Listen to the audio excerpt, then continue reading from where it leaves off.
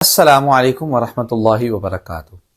حضرت انس بن مالک رضی اللہ عنہ روایت کرتے ہیں کہ رسول اللہ صلی اللہ علیہ وسلم نے فرمایا، جو بندہ مومن صبح کے وقت اور شام کے وقت اس دعا کو ایک دفعہ پڑھے گا، اللہ رب العزت کی ذات اس کا چوتھائی حصہ جہنم سے آزاد کر دیں گی۔ اور اسی طرح آپ صلی اللہ علیہ وسلم نے فرمایا، جو اس دعا کو 2 دفعہ پڑھ دے گا اس کا آدھا حصہ جہنم سے آزاد کر دیا جائے گا۔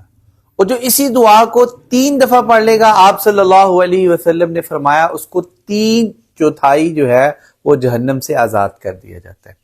اور رحمت کائنات صلی اللہ علیہ وسلم نے فرمایا، جو اس دعا کو 4 دفعہ پڑھ لیتا ہے تو اس کو مکمل اللہ رب العزت کی ذات جہنم سے آزاد کر دیتے ہیں۔ اللہ اکبر، اللہ اکبر۔ اس دعا کو اپنی زندگی کا حصہ بنائیں اور صبح اور شام اس دعا کو 4 دفعہ پڑھیں۔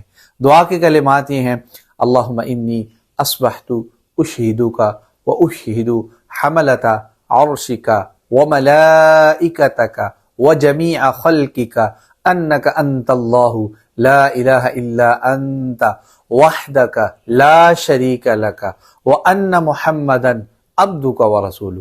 صبح ہم جب پڑھیں گے تو اللہم انی اصبحت، اور جب شام کے وقت پڑھنا ہے تو اللہم انی امسیت۔